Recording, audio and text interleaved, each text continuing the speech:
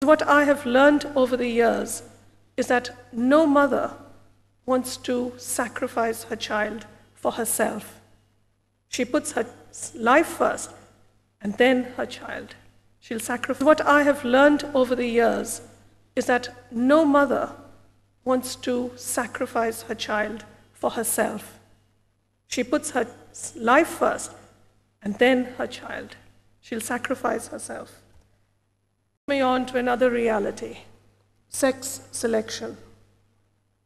Pre-implantation genetic diagnosis and chorion villus sampling are excellent tools, especially if we have to help parents decide on whether they should continue a particular pregnancy in the face of hereditary disorders. Thalassemia, for one, Fragile X syndrome is another. But on the other hand, it has also been abused by the medical fraternity. A very renowned IVF expert in this country feels if we have the freedom to buy our cars, to select our cars, if we have the freedom to decide when we want to have our children and how many, why should we be prevented from deciding on the gender? After all, it will balance the family ratio. On the other hand, are we catering to the whims of the rich? Are we going back to the Nazi regime where Hitler wanted only a certain race to survive? I'm not sure, but I think these are questions that we need to ask ourselves. Because in this society where the female child is already born disadvantaged, are we going to encourage technology that is going to further remove a female fetus? The line. What makes us human? Are we just DNA that's swirling around in our cells that now we can, the information you can actually put onto a computer, and probably in a year or two we will all be walking around with information about ourselves on our Palm Pilots. But does that make us who we are? What makes us human? Where does life begin? There are a whole load of issues we as obstetricians and gynecologists may not face on a day-to-day basis. Stem cell research, cloning, these are not issues we look at on a day-to-day basis. But just to illustrate a point, I was fortunate enough to hear Dr. Bob Edwards, the father of IVF, talk about his journey of creating Louise Brown 25 years ago. And this was about 3 years ago in Washington. And this man, a legend, and the audience, we were, I think, about 1,000 of us, listening to this man talk in a very humble fashion about his struggle. And this is what he said about cloning. Refusing to provide care for HIV-infected women, fear of contracting the infection, or simply as a practice preference, is unreasonable, unscientific, and unethical, very, very clear. In the last 20 years, HIV/AIDS has actually exposed the fears, the ignorance, the lack of compassion, the lack of courage, and the lack of empathy in the medical fraternity. We as obstetricians are privileged to actually help in the safe delivery of a child. And yet today we close our doors to patients who are retropositive or viral, positive for HIV. Some of us who have the privilege of running our own establishments and who can decide on the quality of care refer these patients to government hospitals that are overburdened with very, very scant resources. It places undue burden on those members in the fraternity who are willing to open their doors to HIV patients. And I think it is unfair. Some of us have still not woken up and are living in fear and ignorance. Sharpening the saw. If we want to be good doctors and we want to do the best for our patients, then we need to take time off to sharpen the saw. If I'm a woodcutter and that's my trade, I need to take time off to sharpen that saw, otherwise I wouldn't be able to cut any more wood. And that means stopping chopping for a day or two to sharpen that saw so I could do better. And we need to take time out for personal reading. We are lucky to have progress where we are able to sharpen our saws over a period of 3 days, and it's worthwhile plugging time out of our busy lives to do that.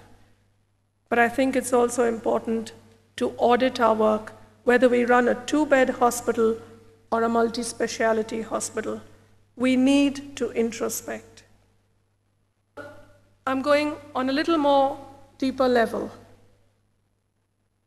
As human beings, I think I love this quote of George Bernard Shaw that says, "My life belongs to the whole community, and it is my privilege to do for it whatever I can." And this, I believe, is payback time. You remember my definition of ethics. It's obedience to what is unenforceable. There is no law that tells you you need to give back to the community. All I'm asking is, do we practice our profession as a trade, or do we practice it as a vocation, which means an inner calling, a conviction that this is what you are called to do? Because as obstetricians and gynecologists, we, among the many millions in this country who are toiling for their daily bread, are being paid to do what we enjoy doing. Because if we really are called to be this, then it is something that we really enjoy doing and we are being paid for it.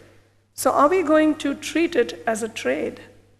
I also believe that, like me, there are others in this audience who have inherited a practice from their parents. And I believe to whom much is given, much is expected.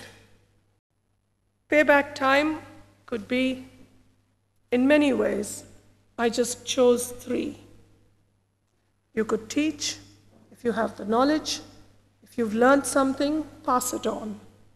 You could be a mentor for the next generation. Or you could invest of your time for the underprivileged, a part of your time.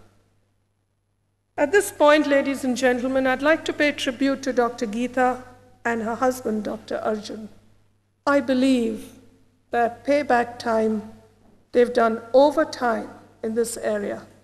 And I would appreciate if you could give them a standing ovation for this. Because this couple has invested their time, their talent, their family, themselves.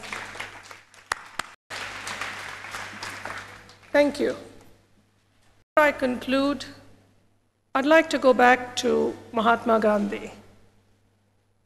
You must be the change you wish to see in the world. There is just a simple truth. There is only ethics. There is no such thing as medical ethics or ethics in obs gynaec or social ethics or business ethics. The simple truth is there is only ethics. And it has to cut across all aspects of our lives.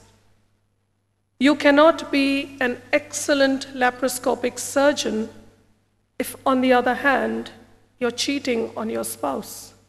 You cannot claim to be a successful and a caring obstetrician if, on the other hand, your junior colleagues are being treated in an inhuman fashion. You cannot continue to be a successful obstetrician and amass wealth that goes through the sky, but pay your staff less than minimum wages. So if we have to ask ourselves the question, ethics in obs gynaec, is it a disappearing act? I believe the question lies with you and me. And if it is disappearing today, it is up to you and me to keep it alive. George Bernard Shaw again.